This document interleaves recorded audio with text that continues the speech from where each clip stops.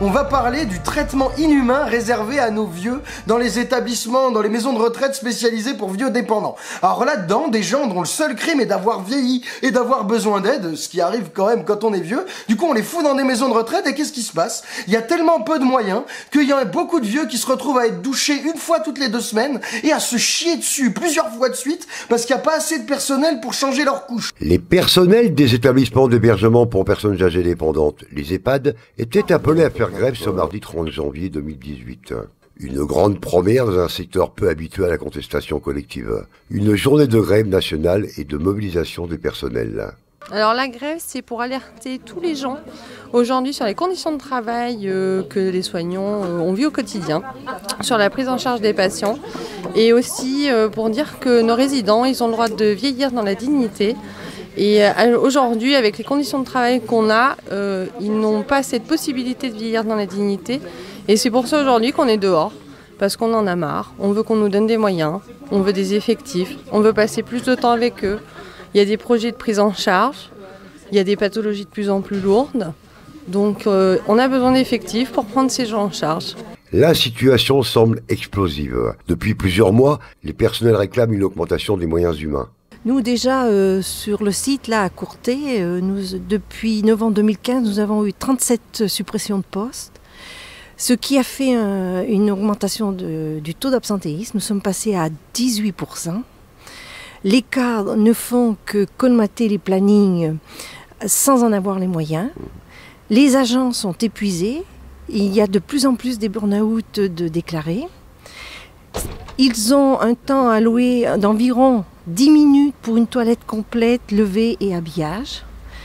Ils peuvent donner une douche par mois, voire peut-être 2 douches s'il y a des élèves. On arrive à l'épuisement professionnel et puis à une prise en charge des résidents qui se dégradent. C'est une forme de maltraitance pour les résidents et c'est aussi une forme de maltraitance pour les personnels. Parce que les personnels, ils sont toujours frustrés, ils sont toujours en train de courir. Et c'est vrai que, comme disait Séverine, 15 minutes pour s'occuper de quelqu'un, c'est pas suffisant. En plus, les gens, ils rentrent en EHPAD de plus en plus âgés. Enfin, c'est bien, mais sauf que c'est des gens qui sont plus fragiles, qui ont plein de pathologies multiples et qu'il faut prendre le temps de leur redonner de l'autonomie, de ne pas faire à leur place, parce que c'est important qu'ils conservent une autonomie le plus longtemps possible et ça prend du temps. Depuis le 1er janvier 2017, en vertu d'une réforme du précédent gouvernement, les EHPAD sont soumis à de nouvelles règles de tarification visant à simplifier l'allocation des ressources et à faire converger d'ici à 2023 les dotations entre public et privé.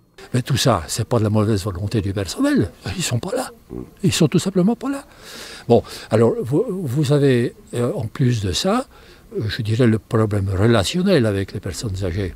Elles ne sont pas très exigeantes. Elles demandent seulement qu'on échange 2 mots avec elles, qu'on leur consacre quelques minutes. Mais ça non plus. Ce qui fait que, j'ose pas dire le terme, mais c'est un peu un mouroir, vous savez. Quand vous n'êtes pas nettoyé correctement, mangé, alimenté correctement, que vous avez un environnement matériel qui ne vous donne pas satisfaction et que vous êtes là abandonné, la toilette, voyez-vous, il y a une personne qui est affectée à la toilette. Et pour en faire un certain nombre. J'ai moi-même aidé ces personnes pour faire la toilette de mon épouse qui était au lit. La toilette, je ne veux pas dire qu'elle est bâclée, mais les gens ils font ce qu'ils peuvent. L'annonce jeudi par la ministre de la Santé Agnès Buzyn d'une enveloppe supplémentaire de 50 millions d'euros pour les EHPAD n'a pas éteint la contestation. Les familles qui sont là depuis 4-5 ans, elles disent mais on a vu la dégradation de mois en mois se produire.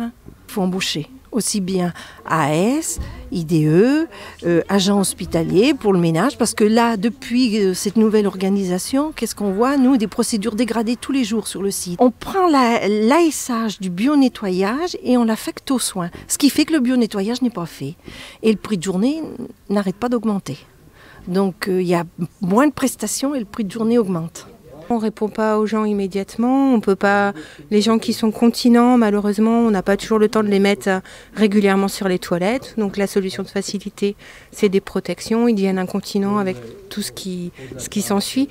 Donc effectivement, le manque de temps fait qu'on n'est pas toujours très bien dans nos soins et dans l'autonomie des personnes âgées. Dans notre unité, elle a 10 résidents sous sa charge au niveau toilette, alimentation, lever, habillage, enfin les soins de la vie quotidienne. Parce qu'au gouvernement, on parle de mettre en place 1 pour 1. Ça c'est compliqué, 1 pour 1. Voilà, donc non, elles sont... voilà. Et moi en tant qu'infirmière, j'en ai 52 sous ma coupe. C'est vraiment limité, à peu près 10 à 15 minutes par patient. Malheureusement, il nous en faudrait plus, quoi. Une bonne demi-heure, si on veut faire quelque chose de correct. Ce qui n'est pas le cas. On n'est plus à leur écoute, ils ont besoin de beaucoup d'affection aussi, d'attention, d'écoute et de soins. Et on n'est pas là pour s'en occuper correctement. Concrètement, les syndicats demandent l'application du quota d'un agent par résident, l'abrogation de la réforme, ainsi que le retrait de ces décrets d'application, l'arrêt des baisses des dotations induites par la convergence tarifaire et le maintien de tous les effectifs des EHPAD, ainsi qu'une amélioration des rémunérations et perspectives. Ils sont tout seuls, voilà, ils sont tout seuls. Il y en a qui se laissent aller, hein, on appelle ça un syndrome de glissement. Hein. Voilà, si on n'a pas du temps pour eux, pour les regarder, pour les écouter... ils se sentent isolés. Malheureusement, pour ceux qui n'ont pas beaucoup de famille, oui, c'est préjudiciable, tout à fait.